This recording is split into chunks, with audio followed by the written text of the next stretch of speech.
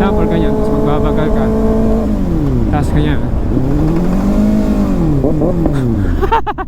Gago ng inig. So parang gano'n yung mangyayari.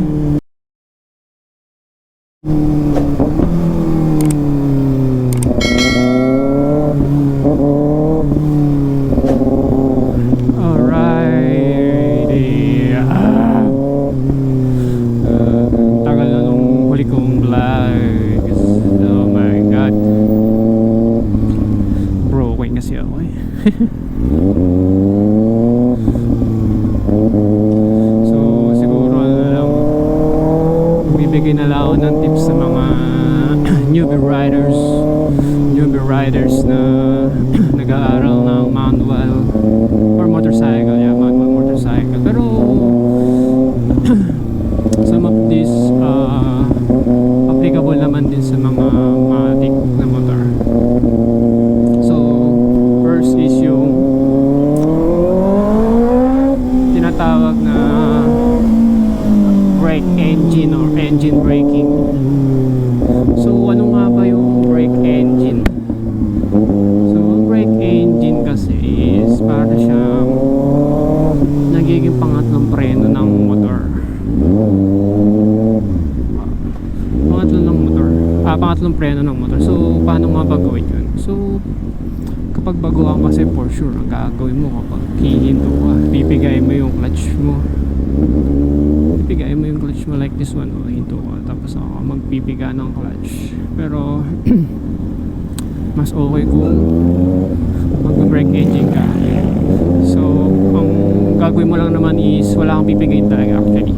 Wala kang tatapakan or pipigayin. So hayaan mo lang magalit na o parang galit yung tunog ng makina mo. So parang ganyan. Yeah.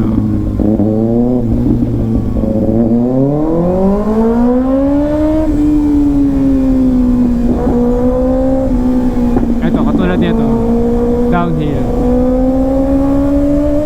Bibitaw ko lang. Yeah. Walang preno.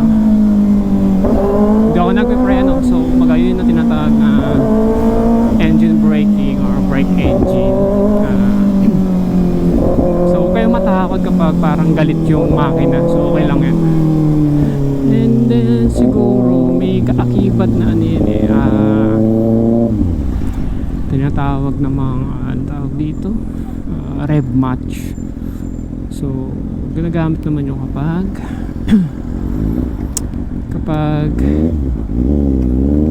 ano magda-downshift ka. So i-match mo yung RPM ng motor.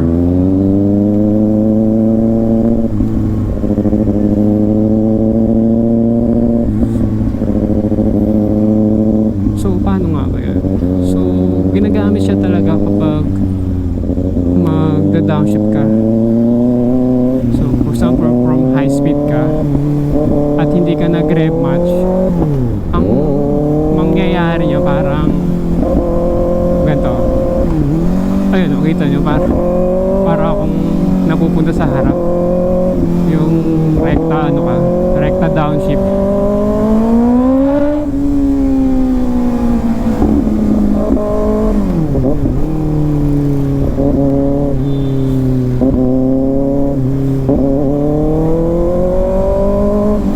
Isa pa ulit, pakita ko kung ano yung tsura kapag hindi ka nag-rematch. Diba normally ang gagawin nyo is pipigayin nyo yung clutch tapos bibitawan na lang, tapos magpapat ka ng gears, diba? Ganito.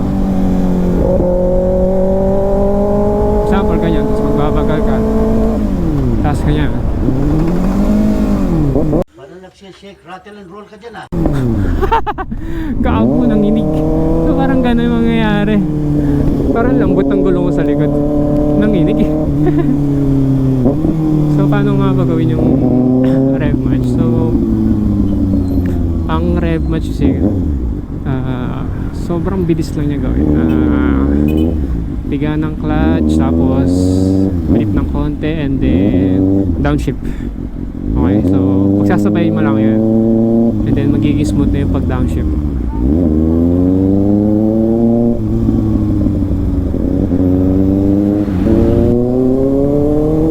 So ganito lang siya. Kita nyo, sobrang bilis lang nung pag ano, pag flip ko at pag downshift.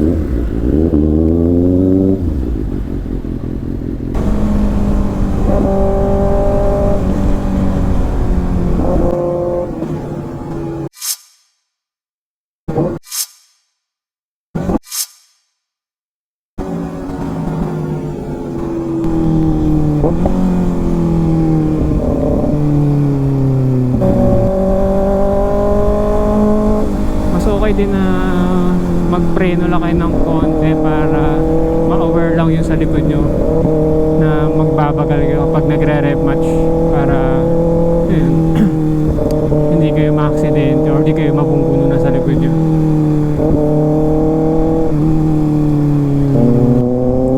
So yun lang, sana may natutunan kayo, no?